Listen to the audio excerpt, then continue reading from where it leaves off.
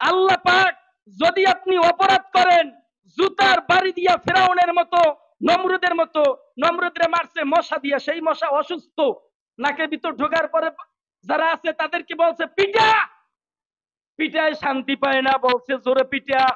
ওই লোক জুলুমের শিকার, বলছে তোকে পিটানোর সুযোগ কোনোদিন পাই নাই, এমন পিটান পিটাবো তুই চিরকালও ভুলবি না।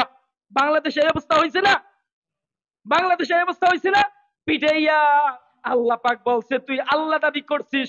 তিনি তারা বলতো আনা রব্বুকুমুল আহলা, আমি সাধারণ খোদা না, আনা মানি আমি, রব্বুকুমুল আহলা মানি আমি বড় খোদা।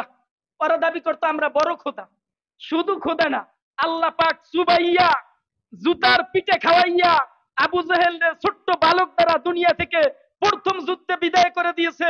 লাহাব আল্লাহ রাসূলের আপন চাচা, ওর গায়ে এমন ঠুসকা উঠছে, পরে হাবশি গোলামরা মাটির চাপা দিয়ে রাখছে, ওর বউ যায় না।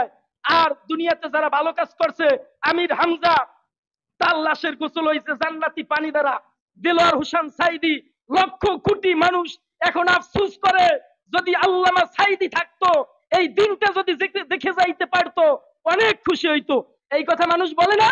তাহলে সে মৃত্যুর পরে তার কবরের পাশে পুলিশ কি করছে জাতি জানতে চায়।